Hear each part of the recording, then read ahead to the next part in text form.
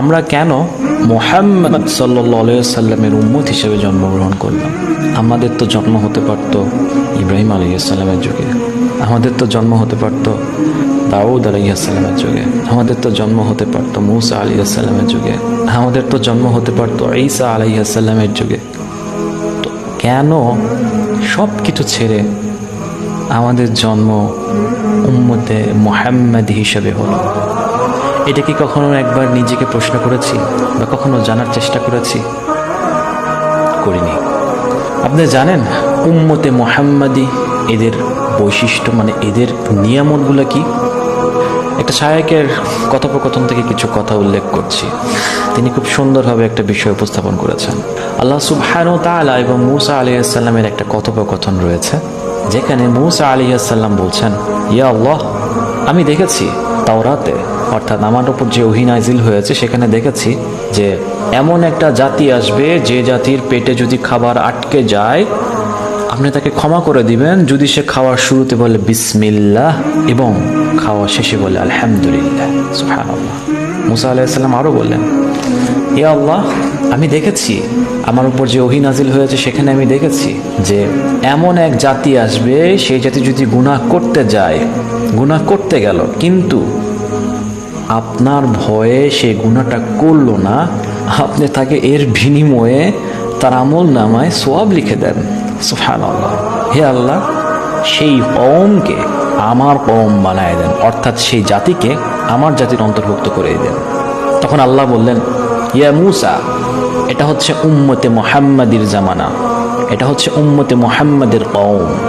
সুবহানাল্লাহ। মূসা আলাইহিস সালাম আল্লাহকে আরো বললেন, ইয়া আল্লাহ, এমন একটা জাতি আসবে যে জাতি কিনা কোনো ভালো কাজ করার ইচ্ছা মনে জাগাবে, নিয়ত করবে কোনো ভালো কাজ করার, কিন্তু করবে না, তাতেই আপনি তার সওয়াব লিখে দেন তার আমল নামে, আর যদি সে করে তার সওয়াব আপনি 10 থেকে 700 গুণ করিয়ে দেন। সুবহানাল্লাহ। মূসা আলাইহিস সালাম আল্লাহকে বলছে, ইয়া আল্লাহ, সেই কওমকে, সেই জাতিকে আপনি আমার জাতির অন্তর্ভুক্ত করিয়ে দেন। আল্লাহ সুবহানাহু ওয়া তাআলা কি বলছে জানেন? ইয়া মূসা, এটা হচ্ছে উম্মতে মুহাম্মাদের কওম। সুবহানাল্লাহ। মূসা আলাইহিস সালাম তখন আল্লাহকে বলছে, ইয়া আল্লাহ, আমাকে আপনি মুহাম্মাদের কওমের অন্তর্ভুক্ত করুন সাল্লাল্লাহু আলাইহি ওয়াসাল্লাম। সুবহানাল্লাহ। কতশো বছর আগে মূসা আলাইহিস সালাম, যার কথা কোরআনে এতবার এসেছে, যাকে আল্লাহ সুবহানাহু ওয়া তাআলা যার কর্মকাণ্ডগুলো, যার কাজগুলো এত পছন্দ করেছেন এবং তার শিক্ষাগুলো আমাদেরকে শিখাই দিয়েছেন কোরআনের মাধ্যমে, যার নাম কোরআনে অনেকবার এসেছে, সেই মূসা আলাইহিস সালাম যিনি কিনা উম্মতে মুহাম্মাদের অন্তর্ভুক্ত হতে চেয়েছিলেন।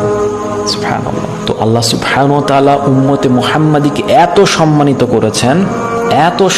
করেছেন যেটা আমরা এই মূসা আলাইহিস সালাম এবং আল্লাহর কথোপকথন থেকে বুঝতে পারি।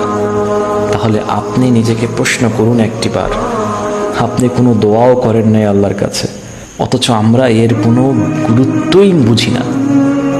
তো আপনি উম্মতে মুহাম্মাদের মতো একটা সম্মানিত উম্মত, সম্মানিত জাতির অন্তর্ভুক্ত হয়েছেন, এবং শুধু তাই নয়, আল্লাহ সুবহানাহু ওয়া তাআলা আপনাকে দয়া করে, আপনাকে মায়া করে, আপনাকে আমাকে ভালোবেসে মুসলিম পরিবারে জন্মগ্রহণ করালো। এত কিছু দিয়ে সবকিছু সেট করা, সবকিছু সেট করে আপনাকে মুসলিম পরিবারে আপনাকে জন্মগ্রহণ করালো, তার বিনিময়ে আপনি দিচ্ছেন খান শুনে, তার বিনিময়ে আপনি দিচ্ছেন এই সেকুলার জাতি, সেকুলার দর্শন, পশ্চিমা বিশ্বের যেসব কৃষ্টি কালচারগুলো আছে, যেসব নগ্ন কালচারগুলো আছে, সেগুলো দিয়ে। এই হচ্ছে আপনার বিনিময়।